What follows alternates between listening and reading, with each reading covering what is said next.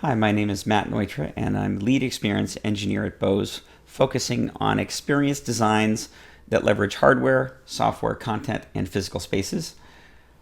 Immersive digital media experiences have been around for decades in many forms, and more recently, VR and AR have had a major resurgence that started in the entertainment space and have migrated into the industrial and communication spaces. Regardless of the kind of immersive experience, today I'm going to be sharing with you what I believe to be the fundamentals to success in the delivery of immersive experiences of all kinds. This global pandemic that we're currently in the middle of has accelerated the adoption of these kinds of experiences and these kinds of technologies, but still, these core concepts hold true regardless of this new acceleration. So what I'm going to be covering today are the three pillars of delivering immersive experiences at scale, the importance of workflow, and then what companies are doing this right and what companies are trying to do this right, and then what can you learn from all of this. So at the center of this discussion is the most important variable, which is the user experience. So whether you're talking about immersive audio, virtual reality, augmented reality experiences, we always have to start with the important question of why. Why are we delivering this experience to people? What purpose are we trying to meet? And this core question is going to drive everything that we do and should be at the core of any good storytelling pursuit. So to be successful at delivering these experiences at scale, you really need to have what I'm going to call the three legs of the stool. These three components are required if you're going to have large audiences experience things at scale. So these components are content, a delivery mechanism, and hardware. And we'll get into each one of these in a little more detail. And I'm going to look at this through the lens of companies that are doing these things. So you'll see some icons on the screen as I move along here. So content could be existing content or catalog content. It could also be a live performance that's being recorded. It could also be content that is captured, created, and produced or generated dynamically in a game engine, for example.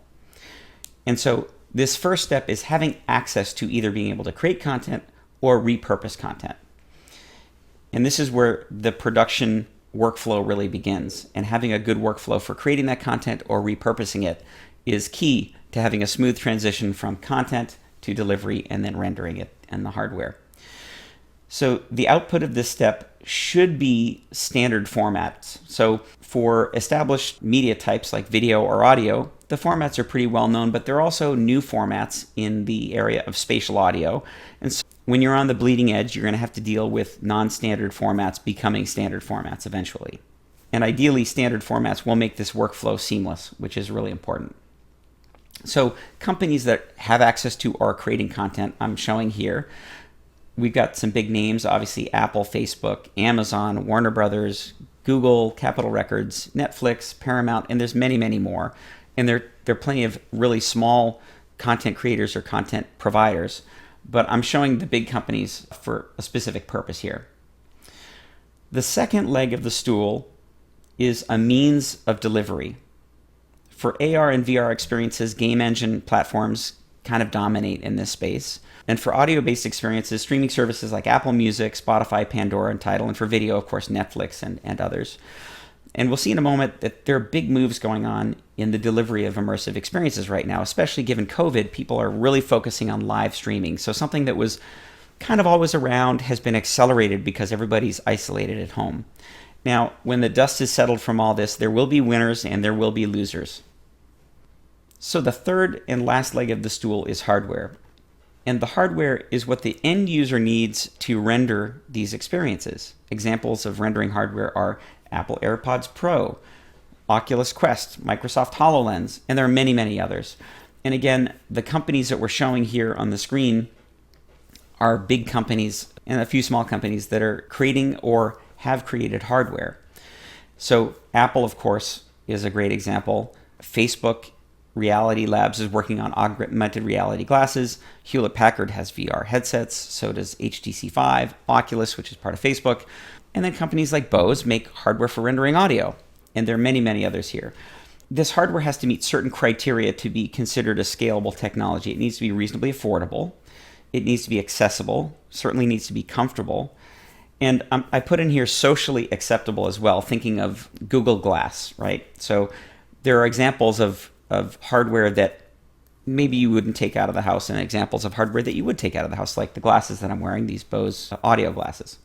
Most importantly, whatever hardware you're using to render this experience must enhance the user's overall experience and not detract from the story or the experience you're trying to deliver. And you could think of some examples of hardware that might detract because of comfort issues or other issues. So what companies have all three of these legs of the stool? We've got some big companies here. We've got Apple, Facebook, Amazon, and Google. Apple actually has all these pieces in place today.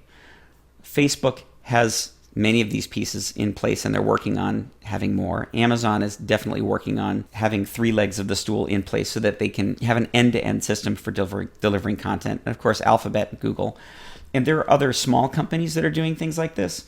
Certainly smaller companies who have end-to-end systems in place that can deliver immersive experiences on standard hardware. But the companies listed here are spending incredible amounts of money to do all of this seamlessly from end to end, which brings me to workflow. And I'm going to use Apple as an example here. So winning with workflow. Now, Apple certainly has all three legs of the stool in place. They have access to content and creating content. They certainly have access to delivery mechanisms like Apple TV and Apple Music and now Apple Fitness Plus.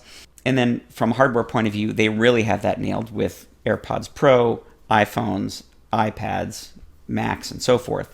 And so they really have all the pieces in place, but they have one winning advantage, which is they're experts in user experience. Not only the end user's experience, but the content creator's user experience. So there will be winners and losers in this space. And what does this mean to you? So if you're creating content, if you're on the content side of things, you need to know what the standards are, and you need to know where that content's going to go. What pipeline does it go down? And what rendering device, what hardware at the end is going to be delivering that experience to people. Because you have to make choices about what content you're producing, what streaming service you're going to use, and certainly what hardware you want to support on the end. Focusing obviously on the user experience is really important. And focusing your workflow across these three domains, if you do this successfully, you're more likely to experience success in delivering immersive experiences to the world. Just to recap, think about the user experience not only for the end user, but the content creator. And think of the delivery mechanism, because it's going to determine what format your content needs to be, what pipeline supports that content. And then finally, think about the hardware. How are you going to render this for the user so that they have a seamless experience that's all about the story and not about the technology? Thank you very much.